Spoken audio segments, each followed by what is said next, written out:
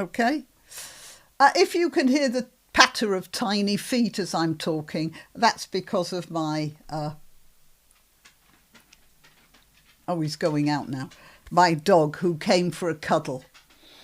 I suppose you could say that I have a soft spot for homeless strays. My dog was on a rescue centre in Spain, actually, for 3 years before I adopted him, because he's a black dog and he's not a very handsome dog either. He's a bit of a mishmash, and nobody in Spain wanted him.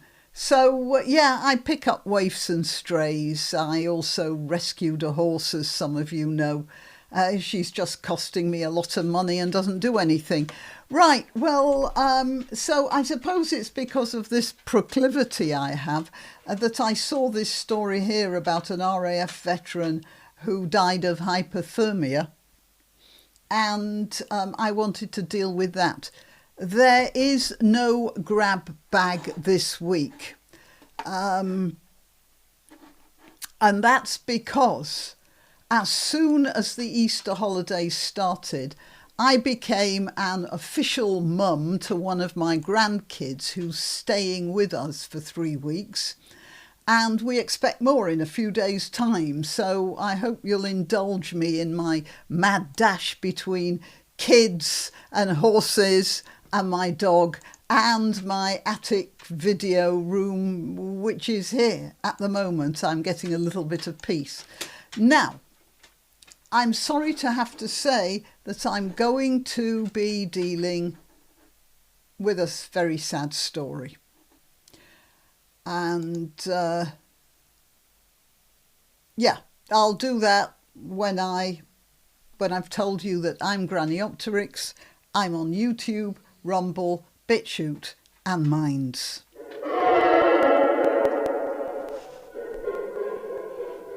So this is Malcolm Livingstone here. It's not a new story. He died in 2021.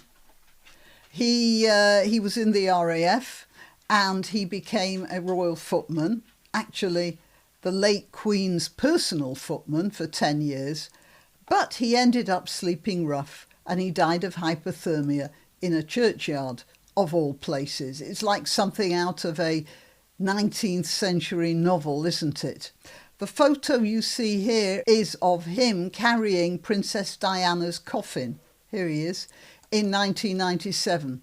And look, I don't know the exact rules for choosing a pallbearer for a notable person, but I'll bet the bar for a good record is pretty high. And he went on to serve a tour of duty in Iraq, and I suppose it must have been during that time there that things happened to him which left him with PTSD.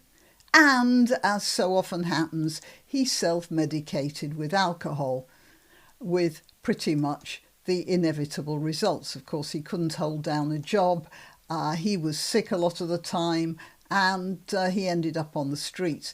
The hearing in Norfolk Coroner's Court into the cause of death showed a whole list of administrative errors that resulted in Mr. Livingstone being turned away when he tried to seek help. He was trying to help himself, and he could have done, because this was 2021 and there was a government initiative aimed at housing rough sleepers during, remember, COVID was running rampant at the time. So they had put things into place that were supposed to help homeless people. But West Norfolk Council was apparently in a state of chaos, and someone, just sort of fobbed him off with a sleeping bag and a blanket and sent him on his way to the churchyard where he died, I suppose. Post-mortem examination of the body showed that he was neither drunk nor drugged at the time. He was absolutely clean. The cause of death was just simple hypothermia, but of course he had bad liver damage as well, which must have contributed. to his lack of resilience. Although I think my liver's in pretty good nick, and I don't think I'd have survived a night out with a sleeping bag and a blanket in a churchyard. After the coroner criticised the system that had let this happen, a lot of rules were changed, and the social services in that area smartened up their act, so things might have improved, but not much. The Museum of Homelessness lists 1,474 deaths in 2023, which is the last year I could find even halfway reliable figures for. Finding figures has been a bit of a problem. One thing about having the grandkids here is that we sit in the sitting room of an evening, and while they're all watching a movie, or they watched a horrible movie the other night, I was tapping away on my computer doing research for this. The Museum of Homelessness also say there's been a consistent upward trend in recent years. What a surprise. And there have been 4,000 homeless deaths since 2019, which amounts to about one every 6.5 hours. Since the Museum of Homelessness says the trend has been upward, then we can assume we've progressed to even higher levels between 2023 and 2025. But you know what? I can't find any data. The Office of National Statistics said there were 741 homeless deaths in England and Wales in 2021, with Scotland recording 242 in 2023. It's all very fragmented. But there appear to be no statistics for 2024. I couldn't find anything at all.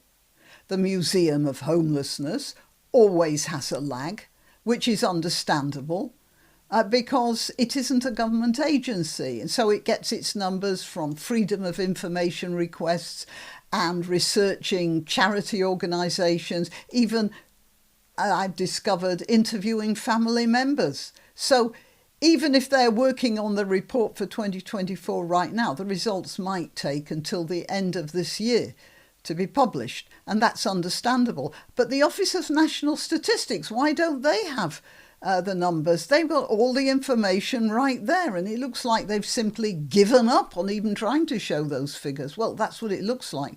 We're talking about well over a year ago now, remember, from the last figures I could find.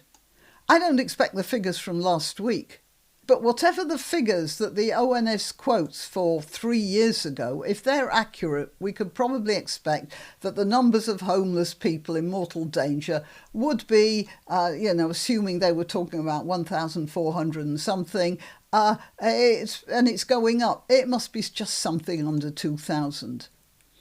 And unfortunately, a high proportion of those would be ex-servicemen. I had a long conversation with one of those people in Glasgow Central Railway Station a few years ago. Something about my face. People talked to me. He wasn't pestering me. I was waiting for the train and he was just sitting on the bench there, and we started talking. He was so proud of his unit. He was so proud of his service. And he was so drunk.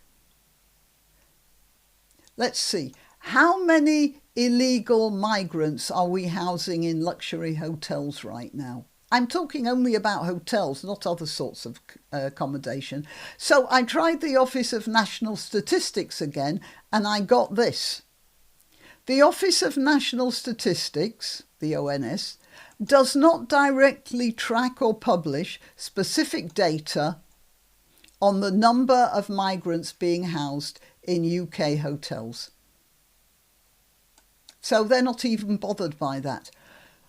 The Home Office statistics were a bit more forthcoming, and to my astonishment, they had numbers for 2024, unlike for the homeless.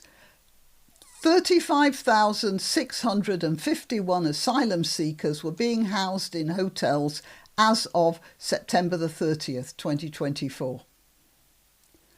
But the numbers, that was one number I got. The numbers did change a bit. In September 2024, it was 35,651, and a month or so later, it was 38,000. I don't know whether the first figure was just a provisional figure or whether there'd actually been a jump of almost 3,000. Anyway, according to the Home Office, we spent about £540 billion, 540, on asylum seekers in the year 2023-2024.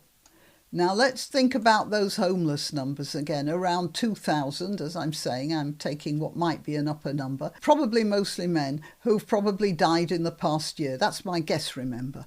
But whatever the number, they died because the government have put more into caring for migrants than they have into caring for cast-off veterans. In other words, you could make a case that they were killed, that those veterans were killed by an invading army. Think about it for a few moments. I'll never forget that Scottish soldier in Glasgow. He told me to tell his story. I have told it in a previous video. I don't remember which one. But he had years of service. And then when he got out the army, I suppose, he was just cast adrift.